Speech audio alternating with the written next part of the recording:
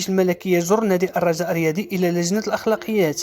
عقدت لجنة الأخلاقيات التابعة للجامعة الملكية المغربية لكرة القدم اجتماع بحضور محامي فريق الجيش الملكي والرجاء الرياضي من أجل البت في الشكاية التي تقدم بها النادي العسكري ضد فريق الرجاء الرياضي على خلفية التعاقد مع اللاعب أنور تمون المرتبط بعقد مع الجيش الملكي. وأكد محامي فريق الرجاء الرياضي أن اللاعب تمون سينتهي عقد تكوينه مع الجيش الملكي في نهاية الموسم، وأنه لا يوجد عقد احترافي يربطه بالنادي العسكري، بينما في الجهة المقابلة يؤكد نادي الجيش الملكي وجود عقد احترافي يربطه بالظهير الأيسر الشاب. وتعهد نادي الرجاء الرياضي بصرف قيمة تكوين أنور تموت، لكنه في المقابل يرفض تقديم أي مبلغ آخر لفريق الجيش الملكي كون أن اللاعب غير مرتبط بعقد احترافي.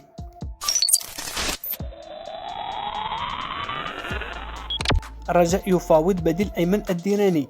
وحسب موقع سي تي في فإن الرجاء الرياضي اقترح على المدرب الألماني جوزيف زيمباور عدد من الأسماء من بينها اللاعب أيمن الديراني، لكن المفاوضات فشلت مع المدافع اتحاد تورقة بعد ما تأكد أن وجهته القادمة ستكون خارج المغرب. ومن بين الأسماء التي اقترحها النادي الأخضر على المدرب الألماني المدافع مروان الهدهودي المحترف حاليا بفريق صباح الأبدريجاني والذي يعرفه زيمباور حق المعرفة. وتشير نفس المصادر أن الرجاء الرياضي ربط الاتصال بالهدهودي لسببين، أولهما مرتبط بجدول مستحقاته العالقة والمقدرة ب 444 مليون سنتيم، والثاني عرض عليه العودة من جديد للدفاع عن ألوان فريق الرجاء الرياضي الذي يستعد لدخول اللاعب في عصبة الأبطال الإفريقية في الموسم المقبل. الوداد يراقب لاعب الرجاء الرياضي سابقا ويسعى لخطفه. وحسب صحيفة الصباح فإن الوداد يراقب عن كتب وضعية اللاعب جديدة مع فريقه البلجيكي، بحيث يسعى لضمه إلى صفوف الفريق الأحمر خلال مرحلة الانتقالات الصيفية المقبلة. ويتألق بن جديدة مع رديف ساندارد البلجيكي بحيث سجل 6 أهداف حاسمة في دوري الأمل. وانتقل مهاجم فريق الرجاء الرياضي سابقا إلى عالم الاحتراف الصيف الماضي بعقد يمتد ل3 سنوات مع فريقه الحالي ستاندر البلجيكي. وكان بن جديدة عميدا للمنتخب الأولمبي في وقت سابق قبل أن يفقد مكانته مع المنتخب خلال الموسم الماضي بسبب غيابه عن الرسمية في كثير من المباريات مع فريق الرجاء الرياضي.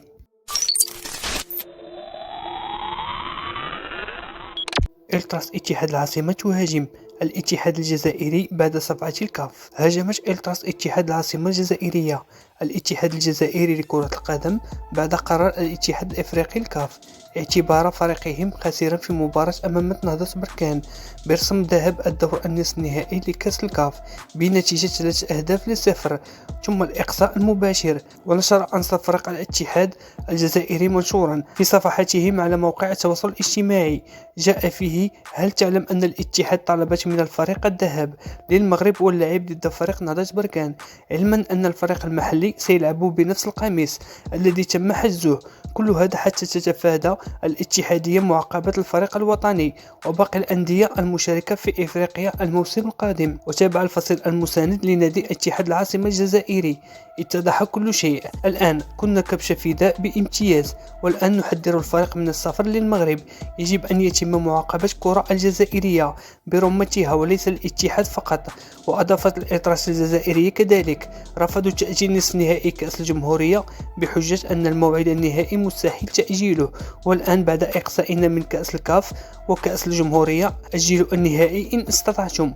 وختم المناصرون اتحاد العاصمة في منشورهم بالقول: الاتحاد راح ضحية، نحن لم نرفض اللعب داخل الميدان، وسبب عدم إجرائنا اللقاء لا يتحمله الفريق بل تتحمله الجزائر بأكملها.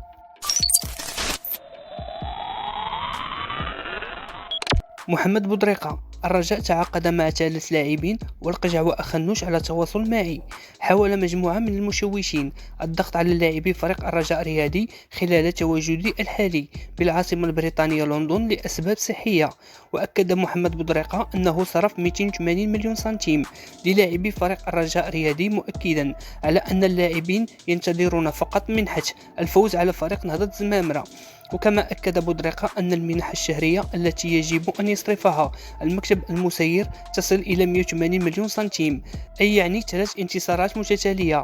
وأوضح بودريقة كذلك في خرجة إعلامية على قناة شوف تيفي أنه اجتمع ب6 لاعبين من فريق الرجاء، فأكدوا له عن وجود مشوشين. قالوا لهم بالحرف الواحد أن الرجاء في ضائقة مالية ولن يتوصل أي لاعب بمستحقاته المالية. وتابع: نشكر اللاعبين والطاقم التقني والمكتب المسير لأنه الكل يقاتل من أجل فريق الرجاء، وهو ما يظهر عبر النتائج الإيجابية التي يحصل عليها الفريق الأخضر.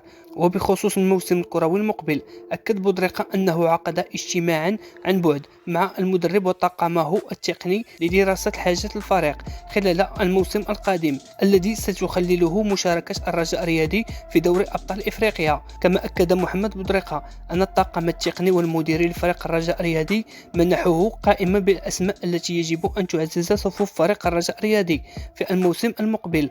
وأضاف: تعاقدنا مع 3 لاعبين للموسم المقبل، وهناك لاعبين من إفريقيا سيتم انتدابهم إذ نفاوضهم الآن، وحولنا البوصلة في عديد من الاتجاهات. وبخصوص الطريقة التي يسير بها النادي حاليا، أوضح بودريقة أن الأمور تسير بشكل إيجابي وهناك طريقة جميلة في التسيير. كما أكد بودريقة أن الرئيس الجامعة فوزي القجع تواصل معه شأنه شأن رئيس الحكومة عزيز أخنوش عن حالته الصحية، شاكرا إياهما عن السؤال والأمر ذاته بالنسبة لجمهور فريق الرجاء الرياضي.